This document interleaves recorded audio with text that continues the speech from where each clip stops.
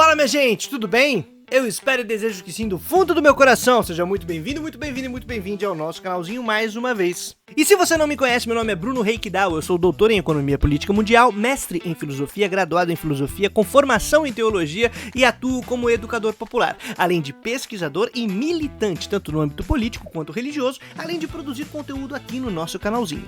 Dito tudo isso, a proposta do nosso vídeo aqui hoje é apresentar uma análise de conjuntura fechando o ano de 2024.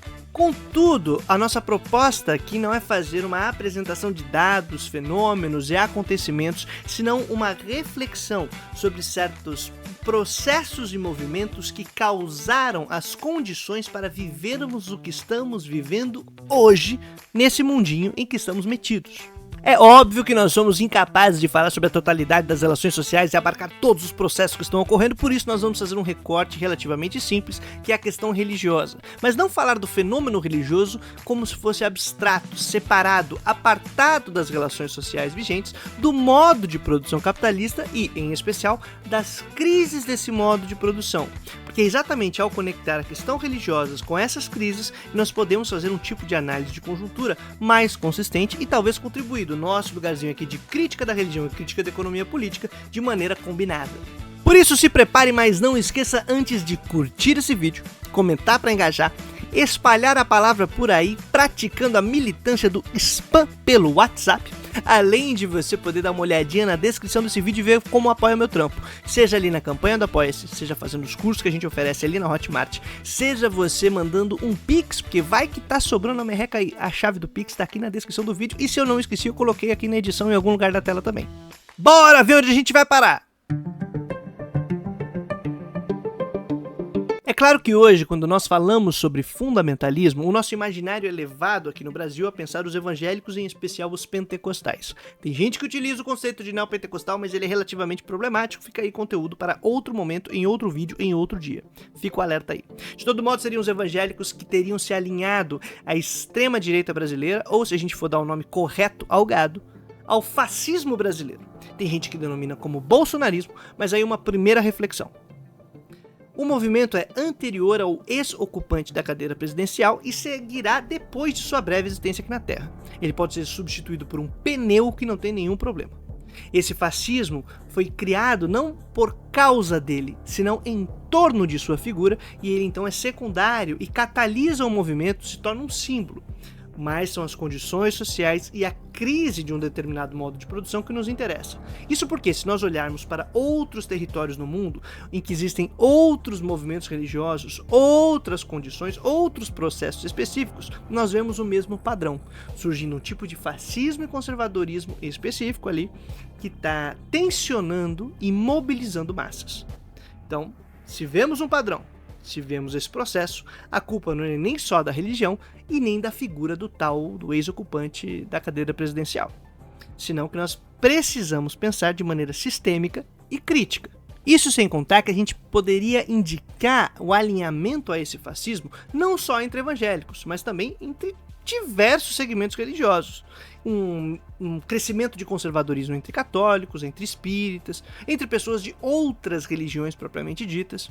Eu fui num encontro, por exemplo, em 2022, do lançamento de um dicionário de religião e política, no qual tinham pessoas de um movimento interreligioso, ou seja, de tudo quanto é vertente que a gente puder imaginar, e todos comentavam que havia um tensionamento e a tal da polarização dentro de seus segmentos, dentro de seus espaços e suas comunidades. Quando a gente percebe isso, a gente olha e fala, olha, então o problema não é a religião, porque se todos esses ambientes aqui religiosos estão tendo isso, a causa está em outro lugar. Por isso, se há um crescimento de fundamentalismo, não é ele a causa, senão a consequência de outro fenômeno, de outro processo. Vou colocar aqui na descrição desse vídeo 2 artigos. Um se chama O que é Fundamentalismo, que é uma tradução que nós fizemos de um artigo do George Pixley lá na revista Zelota, e o outro que é Fundamentalismo e Reprodução Social na América Latina, que é a tradução de um texto meu, que eu publiquei na revista Passos do Departamento Ecumênico de Investigações, que a gente publicou ali também na Zelota, tá bom? Então esses 2 artigos combinados vão ajudar a ter um panorama muito mais interessante do que o que eu vou comentar aqui nesse vídeo, porque ele é mais completo, com dados, com texto. Leia, gente! Ler é fundamental, se apresenta de uma maneira mais consistente e ajuda aí a aprender determinadas ideias. Mas percebamos o seguinte, o fundamentalismo como conceito, ele surge no início do século XX, tudo bem? Nos Estados Unidos, não como uma crítica, não como uma ofensa, não como um conceito para falar, olha aqueles seres perigosos, senão como uma autoafirmação de determinado grupo religioso que se estabeleceu num tipo de dinâmica específica de relações sociais e que se apresenta como somos fundamentalistas. Publicam uma série de livretos conhecido como The Fundamentals, Os Fundamentos, no qual apresentam sua crença conservadora, conscientemente. Por isso que a gente data o início do século XX, especial 1912, quando começa a serem publicados esses livretos, como o surgimento do fundamentalismo. Mas não o fundamentalismo da maneira como nós utilizamos hoje, como preconceito, como crítica, como olha aqueles caras fundamentalistas. É uma afirmação positiva.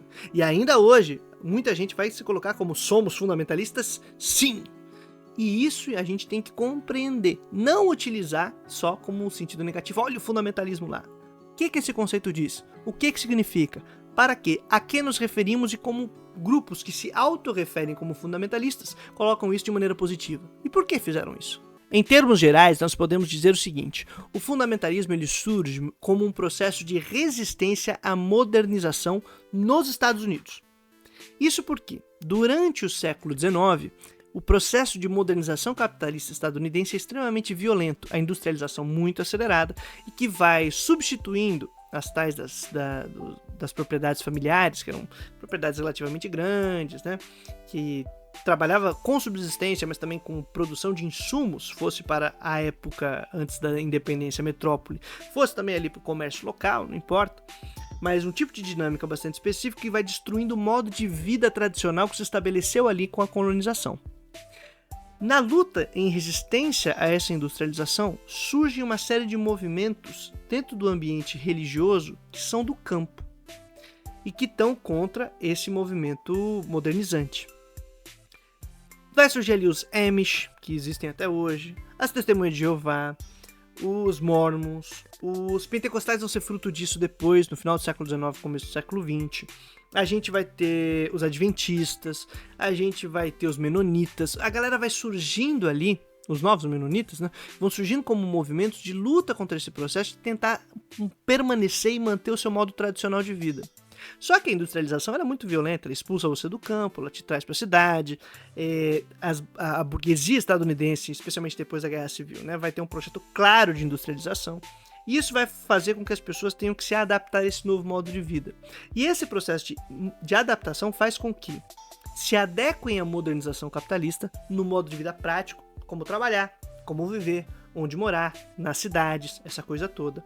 Mas não se adequem, entre aspas, do ponto de vista moral, ou melhor, de costumes, de hábitos, de modos tradicionais de organizar a vida doméstica. A vida local, onde você tem dentro da comunidade certo controle. Por isso vão tentar manter estruturas patriarcais, vão tentar manter estruturas racistas, de exclusão de determinados grupos, de enfrentamento contra esse mundo moderno. Mas não um enfrentamento prático contra o modo de produção capitalista, senão um enfrentamento moral e de valores, tentando estruturar essas relações de dominação de modo tradicional. Se adaptam ao capitalismo, mas mantendo estruturas, ou tentando manter estruturas de um modo tradicional de vida como estava ali estabelecido antes desse processo de industrialização.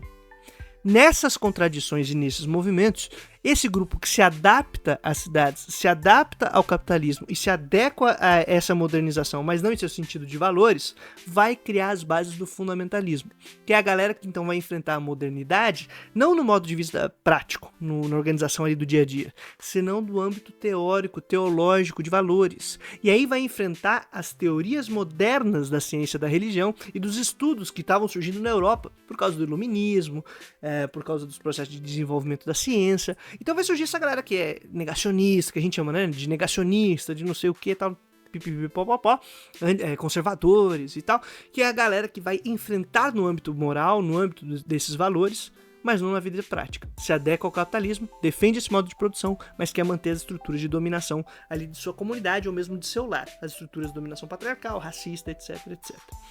Então, Essa dinâmica é muito importante, porque ela vai ser uma afirmação de valores conservadores em adaptação ao modo de produção capitalista, especialmente ali no início do século XX. E quando isso acontece, é essa base teórica e de valores que vai fundar e acompanhar o movimento evangélico durante todo o século XX.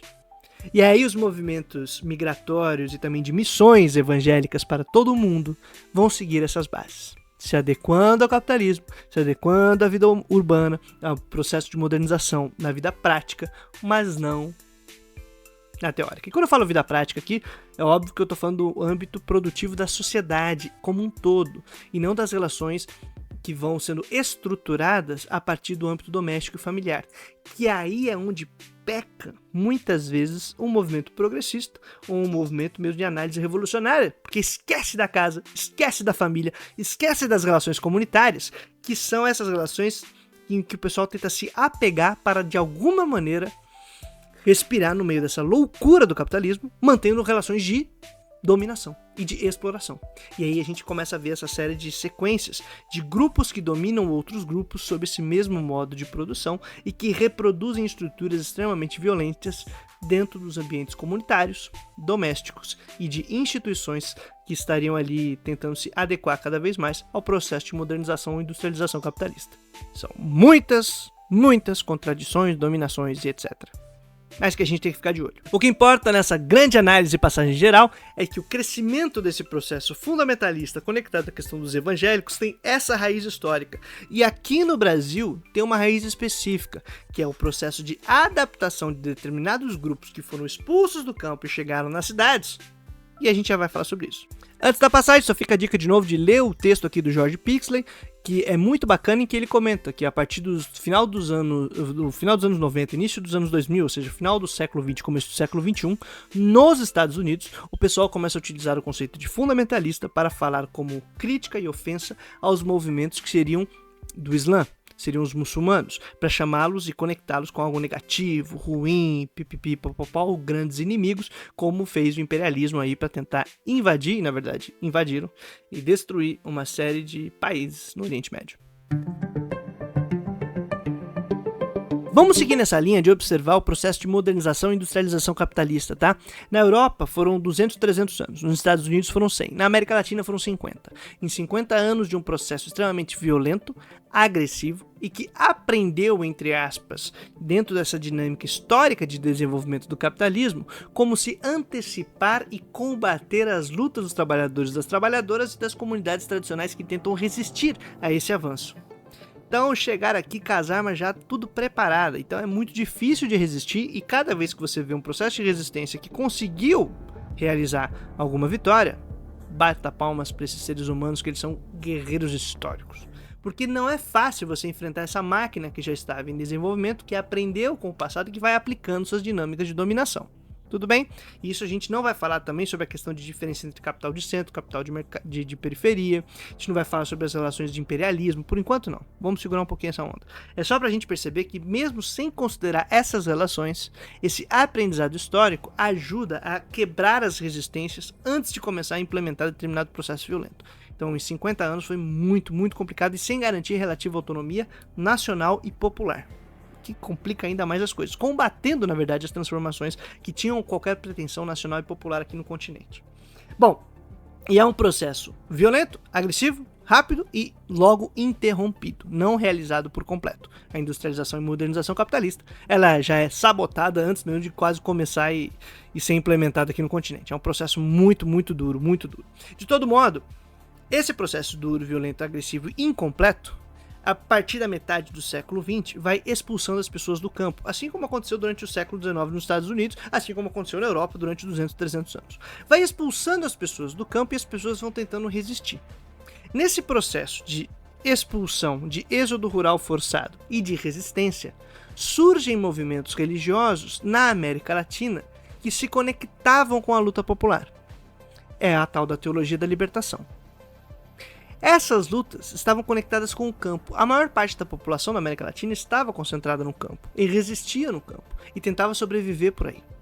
Mas aos poucos foi expulsa para as cidades, foi empurrada para as cidades. E o processo de modernização e industrialização do campo ainda dificulta mais as organizações de produção familiar. Então, a galera vai tendo dificuldade de sobreviver, de competir efetivamente. Vai sendo colocada nas cidades e quando chega nas cidades não tem ou não tinha a mesma rede, a mesma força que tinha a teologia da libertação no campo. A mística, a cultura, o modo de pensar, o modo de resistir desse movimento de esquerda latino-americano, o progressista latino-americano, estava conectado com esse lugar. Na cidade não.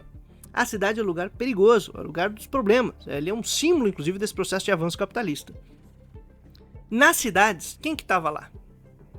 Estavam igrejas de periferia, majoritariamente pentecostais, adaptadas a esse tipo de reprodução social capitalista. Porque elas chegam no Brasil no início do século XX.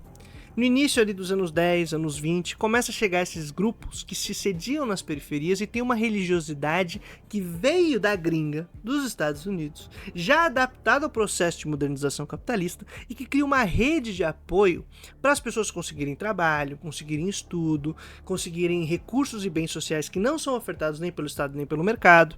E essa galera então vai ganhando corpo, ganhando sustentação. E quando começa a planejar sua expansão, por questões muito específicas, que aí se você quiser saber mais, acompanha o meu curso Evangélicos e Política no Brasil, lá na plataforma da Hotmart, que está bem bacana, eu apresento esse panorama de maneira muito mais cuidadosa. Quando essa galera começa a se constituir e planejar o seu desenvolvimento, se alinha ao governo, à estrutura de governo e de poder da época, que era exatamente ali durante o período de golpe militar. Tá? Teve nos anos 50, nos anos 60, quando o pessoal que era de lideranças dessas igrejas começa a planejar a expansão de suas denominações, se alinham com o poder, se alinham com a linha ditatorial. E aí já começa ali suas bases de conservadorismo do ponto de vista em especial das lideranças, que vão imprimir isso em suas membresias e vão aí tentar conduzir, combatendo inclusive pessoas resistentes dentro de suas instituições.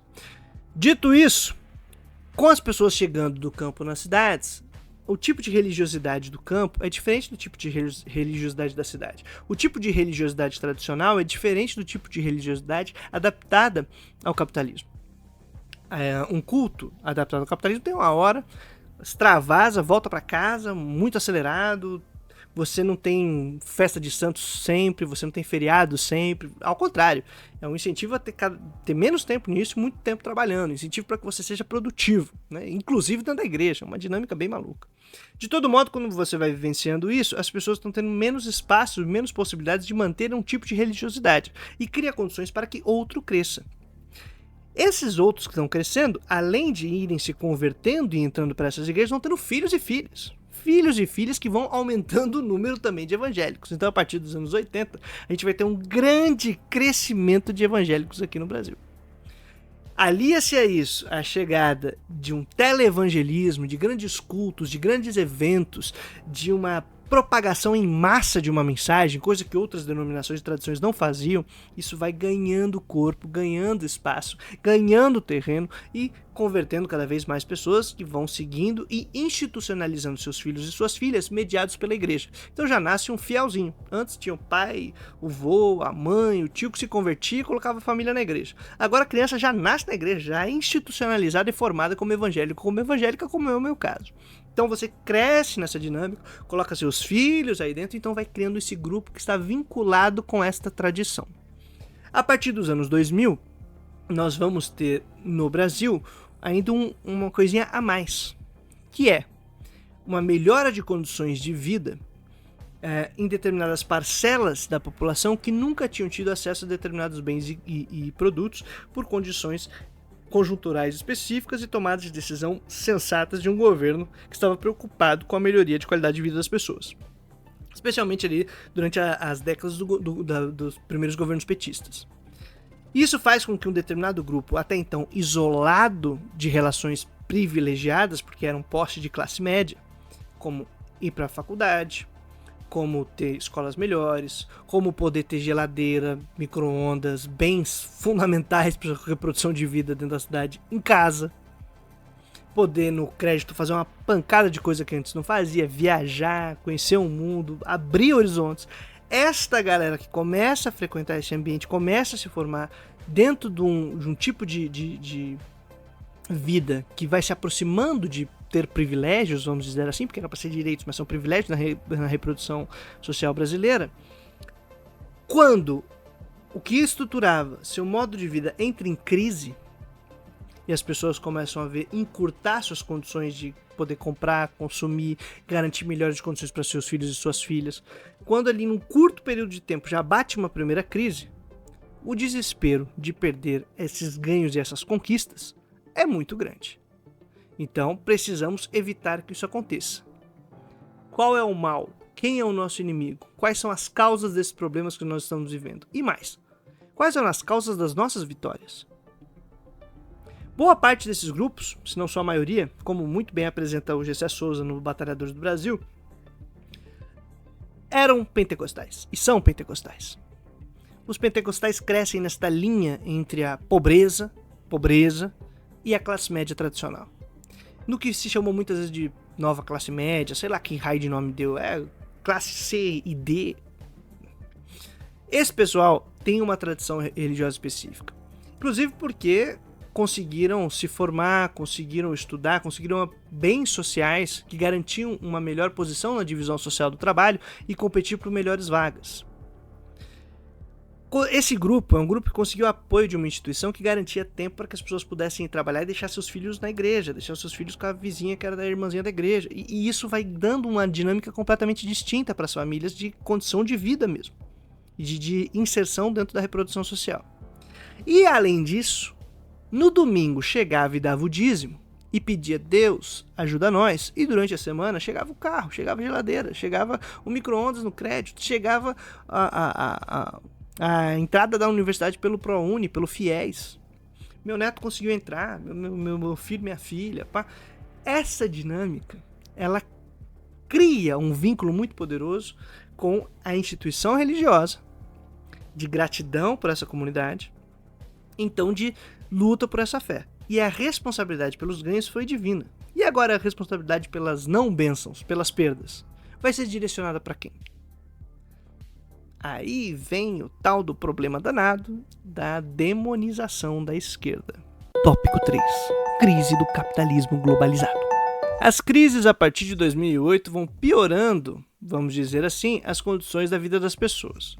Não só porque a crise foi atingindo todo mundo, mas porque a gestão da crise sempre beneficia as elites. E no capitalismo, as elites capitalistas, a burguesia de cada país, a burguesia de cada território, as burguesias também internacionais do capital financeiro.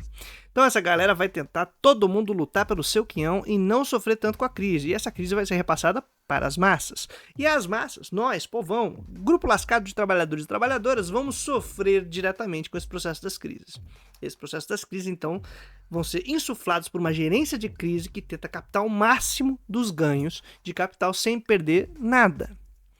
Neste processo de crise, que é a crise propriamente do mundo capitalista globalizado dos anos 90, o grande inimigo será as esquerdas, os direitos, entre aspas, os benefícios sociais, que seriam dessas pessoas aí que estão sendo cuidadas porque tem crédito, cuidadas porque tem Estado, cuidadas porque não sei o que lá, não são como vocês, batalhadores e vencedores, que lutam e conquistam por suas próprias forças e também pelo apoio divino. Então, essa dinâmica a gente tem que observá-la com muito cuidado. Se durante os anos 80 e 90, com a imposição do neoliberalismo sobre uma estrutura imperialista que saiu destruindo economias locais, saiu destruindo projetos de desenvolvimento nacional, em conflitos gigantescos, o capital financeiro se deu muito bem. E é aquele lance, né? Para as pessoas tem fronteira, para dinheiro não. Esse capital financeiro globalizou-se e fazia circular dinheiro e enriqueceu um determinado grupo de burguesias que também ajudaram, por um período, capitalistas, entre aspas, nacionais, ou seja, das indústrias nacionais. Eles se combinaram e se acertaram. Porque os capitalistas lutam entre si, tá? Marx já sabia disso. Quem não sabe disso é o pessoal que fala mal de Marx, falando, é só entre a elite e os trabalhadores. E aí a elite luta contra os trabalhadores com a elite. Falando, não, meu querido. A elite luta entre si, porque é o capital o negócio. E o capital dirige, inclusive, os capitalistas, que lutam entre si, dentro dessa dinâmica de mercado, pelo tal do acúmulo de capital, valorização do capital. Lutam entre si, lutas entre diferentes capitais, Marx já sabia disso, fica a dica de novo. Mas que quando buscam um benefício mútuo, também podem se aliar tranquilamente, que é o que aconteceu durante final dos anos 80, anos 90 e início dos anos 2000. O problema é que com a crise do capital financeiro global, o que rolou é que os capitais nacionais, em especial, começam a gente vai se lascar, a gente precisa refortalecer as nossas bases produtivas. Esses capitais nacionais, em geral, estão conectados com a indústria nacional. Eles fazem dinheiro, fazem seu capital com a indústria nacional. Quando o capital financeiro internacional começa a entrar em crise, esses caras têm que lutar contra eles para garantir o seu quinhão. Durante o processo de globalização e de crescimento do capital financeiro, dessas transações e grande liberdade econômica para tudo quanto é lado, criou-se um processo de especulação tão grande que em algum momento isso precisava voltar para o setor produtivo. A primeira saída, durante os anos 90 e os anos 2000, foi repassar essa grande especulação feita para o consumo popular. Então você teve facilitação de crédito, você teve os processos de privatização, né, que já conhecemos, é o jeito do pessoal comprar alguma coisa que seja produtiva por um tempo, até que ela não consiga mais gerar nenhum tipo de lucro, ou se torne problemática, porque o cara vai ter que investir e gastar algo, seja lá por exemplo, na Enel, na Sabesp, em São Paulo, esse serviço e tal, ou mesmo escolas, ou mesmo um monte de coisa que era para ser direito, como direito à saúde, começa a ser privatizado, como os planos de saúde, né?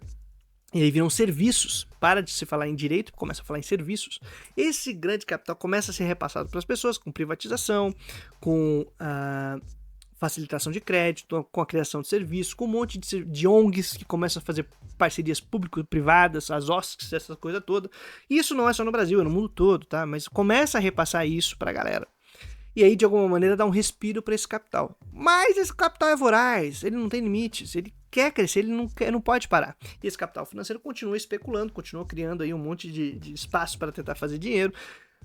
Não vou entrar nos méritos aqui do porquê, isso não é o nosso foco. O grande lance é compreender que chega o limite de todo esse processo e mais uma crise.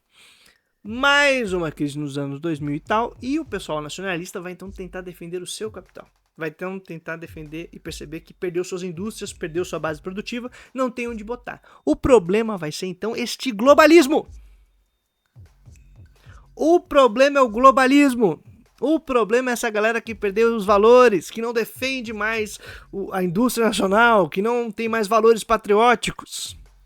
Esses capitais nacionais vão lutar então contra esses capitais financeiros e globais. Os capitais nacionais mais conservadores, mais ligados a valores nacionalistas, patrióticos, e o capital global mais progressista, liberal, mundo sem fronteiras, tudo sem fronteiras. O mundo sem fronteiras, alegria sem fronteiras.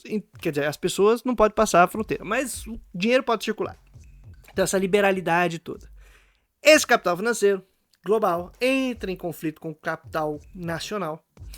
E entre os dois, como diria Wim Dirksen, tem os capitais de blocos, os capitais regionais, que são a galera que tenta combinar as duas coisas, mas criando blocos locais. E aí a gente vai ter União Europeia, a Mercosul, a tentativa da criação da ALCA que foi derrubada, mas a NAFTA, e a gente vai ter um monte de grupos que são capitais regionais ou capitais locais, capitais regionais que tentam criar blocos econômicos. Esses blocos econômicos que vão tentando combinar essas duas coisas, certo? Espaço de liberdade de circulação de capital internacional, mas não necessariamente globalizado, e o fortalecimento de indústrias nacionais. Esses três capitais vão se combinando e vão entrando em conflitos. O conflito entre esses grupos aparece para nós, e essa é a minha proposta de reflexão, como a tal da luta entre o globalismo e os patriotas, entre o conservadorismo e o progressismo, a tal da polarização. Gente, esta polarização ela é a casca do fenômeno. O problema está na base. Está na questão do conflito entre os capitais, por um lado, e por outro, e aí para finalizar nossa reflexão, o conflito de classes. Classes. Porque a classe trabalhadora, dentro de suas diferentes posições na divisão social do trabalho, vai conflitar entre si. E também contra esses tais capitalistas. O problema é que muita gente está se alinhando a um capitalista ou a outro, e não percebendo que o problema são eles. E aí a gente também não percebe a questão das nossas classes, entre aspas, menores, a classe entre nós, a distribuição entre as classes médias, que a gente chama, e as classes pobres, as classes baixas, na verdade a divisão social do trabalho, E a gente tem um artigo que eu deixei aqui, que eu já comentei com vocês, que é Fundamentalismo e Reprodução Social na América Latina. Dá uma olhadinha lá, a gente fez um gráficozinho relativamente simples, mas que ajuda a compreender de maneira visual do que eu tô falando. Essas classes vão lutar entre si, vão disputar o seu espaço. Aquelas que tiveram acesso a algum tipo de privilégio, que era para ser direito, mas foi privilégio, vão perceber que seu privilégio ele tá por um fio e vão lutar bravamente para não perder ele. Vão lutar de maneira conservadora, de manutenção da ordem social. E todo mundo que dizer que tem que mudar esse modo de produção, tem que mudar esse modo de organizar a vida, é uma ameaça. Afinal, agora que eu sentei na mesa, agora que eu vou desfrutar o banquete, vocês querem virar tudo? Não, eu vou lutar para manter a minha posição, para me manter nessa ordem, para conseguir garantir a manutenção do meu privilégio. Esses grupos serão conservadores, esses grupos serão alinhados a quem quer mudar tudo para não mudar nada, né? Contra tudo que tá aí, tudo na política, não na economia. Contra o Estado, mas não contra o mercado. Contra essas estruturas aí que talvez atrapalhem a minha manutenção de privilégio nessa minha percepção no primeiro momento, que é uma percepção completamente equivocada, mas é aí que tá. E é nesses grupos onde cresce o tal do fundamentalismo, onde cresce o tal do conservadorismo, onde fascismo e religião muitas vezes se abraçam e se dão um carinho. Esta tipo de chave de análise faz com que a gente pare de falar de polarização como se fosse uma questão política entre partido A e partido B, entre Bolsonaro e Lula, entre sei lá o que, e começa a perceber as contradições da reprodução social. É aí que tá o ponto, é aí que é a análise de conjuntura, é aí que é cuidado do negócio. É aí que é para perceber que talvez essa estrutura, que eu tô tentando fazer uma reflexão aqui, se aplique a outros países e outros territórios, claro, com suas adaptações, mas compreendendo quais são as capas sociais que estão sendo utilizadas, quais são os espaços em que há esse conflito, quais são os grupos que são mais ferrenhos e apegados a uma determinada defesa de um tipo de projeto de sociedade, muitas vezes sem perceber ele, muitas vezes percebendo ele claramente, ainda assim querendo ele. Então, perceber quais são essas condições para que esses fenômenos sejam possibilitados no globo. A crise do capital, luta entre capitalistas, sim, e a crise do capital no âmbito das classes sociais, a luta e o tensionamento da luta de classes. O tensionamento de luta de classes reflete muito mais esse âmbito do que falar sobre polarização. Mas faz nem sentido falar em polarização, porque parece que é uma questão de preferência só, que o indivíduo ou ele gosta da camiseta verde e amarelo, ou ele gosta da camiseta vermelha, ou ele gosta da camiseta com a cara do Milley, ou ele gosta da camiseta da cara da Kirchner. Não, né, gente? Isso é muita ingenuidade da nossa parte. De todo modo, eu espero que vocês tenham curtido o tipo de papo que a gente desenvolveu aqui, o tipo de reflexão. Claro que ela é incompleta, ela ainda é limitada, eu vou sugerir mais textos e vídeos que eu vou tentar lembrar de colocar aqui na descrição, mas em agradecimento aí a você que tem apoiado o nosso trampo, que curte, não esqueça aí de fortalecer de novo, curtir, comentar, dá uma engajada, compartilha por aí, manda um pix se tiver sobrando qualquer coisa, faz os nossos cursos, essa parada toda, e a gente vai seguir aí na correria para 2025 também, beleza? Seguimos sempre na tentativa de contribuir de alguma maneira com o nosso grupo pequeno, mas fiel e resistente de crentes comunistas. E outros que não são crentes e nem comunistas. Não são crentes nem comunistas, mas estão com a gente, querem se aliar e compreender melhor a realidade e também engajar nesse debate, nessa crítica. Se você tem apontamentos, não esqueça de colocar também nos comentários, fazer um debate saudável e a gente segue no papo. Beleza? Trazendo a boa nova todo dia útil até a vitória final e tamo junto. Até ano que vem.